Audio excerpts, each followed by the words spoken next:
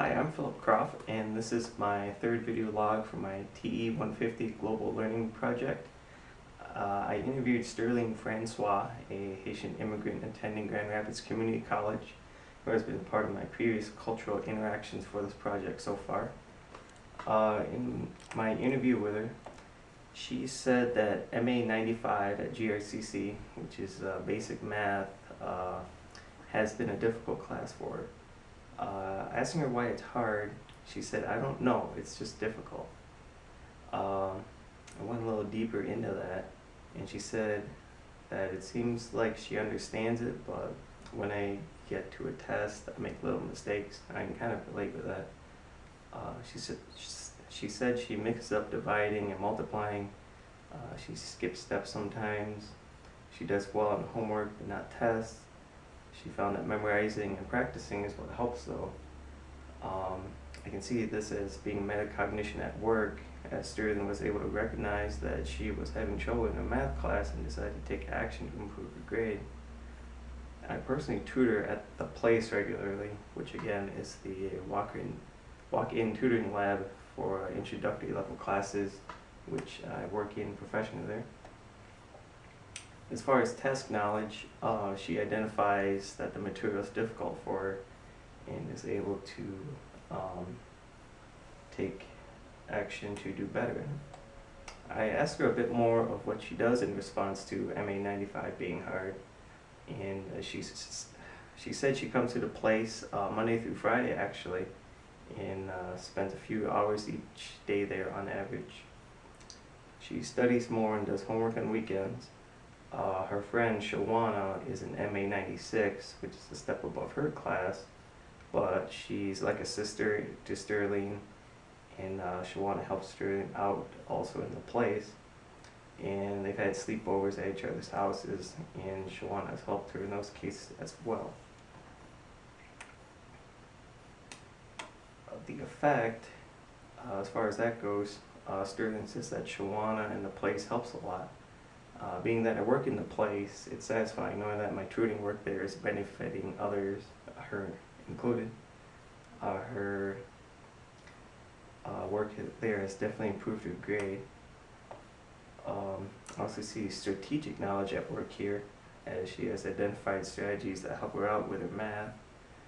She visits the place for tutoring, and she gets help from her peer, Shawana, who has taken the class previously and knows the material well. There's also automaticity going on, which is, again, practice through repetition. It seems like her practice, like in the place, has helped her a lot. She does her homework there on a computer through Alex, which is an internet-based software for doing homework. I and other tutors in the place have given her worksheets with additional math problems for her to work on to test her knowledge. And all this improves her speed and accuracy at solving problems. With working in the place, I found that my own automaticity comes in. It can actually be a hindrance sometimes because I may skip over steps or go through them too quickly while trying to explain it to a 2T there. Class at Sterling has done well in these EN 97, which is Academic Foundations of English number 1. She did all the homework and did well in the quizzes. She enjoyed the class, which she said it helped her do well. Though she did take it before and dropped it previously. But this time, taking it, she wanted to get it over with. She got an A in it. She didn't want to hurt her GPA taking it the first time.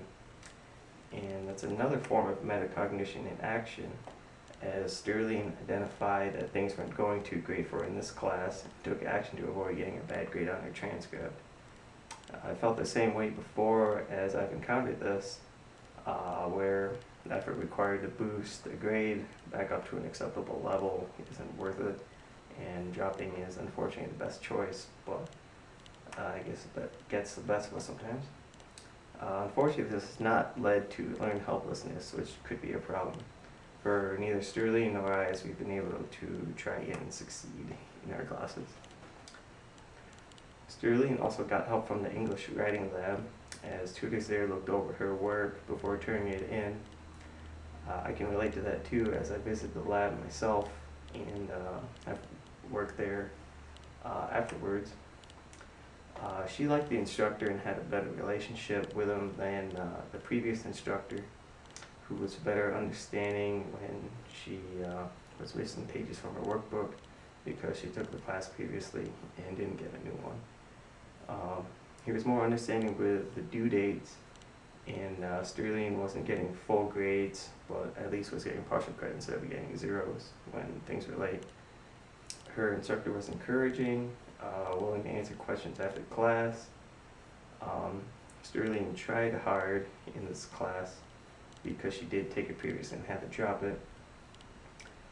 She did say that she tries her best when things are hard like that, and she's able to push herself and encourages herself in the form of talking to herself, which she kind of laughed about, but I can understand what she means by that. It's self-motivation. Her success in English seems to have been due to both extrinsic and intrinsic motivation. I'd say it's extrinsic because she wanted to at least pass the class this time and get it over with. Part of that was keeping her GPA up, and it was also intrinsic because she liked her instructor and got along well with him. Keeping her GPA up was also an intrinsic reason because she liked getting good grades. And this has to do with the attribution theory of motivation. As humans, we like feeling good about ourselves, and good grades are definitely a form of that. So the interview went pretty well, I thought, and got to see what kind of things were challenging for her and how she coped with those things, and her experiences with good classes, and how she was able to do well with those things. So I thought it was pretty interesting.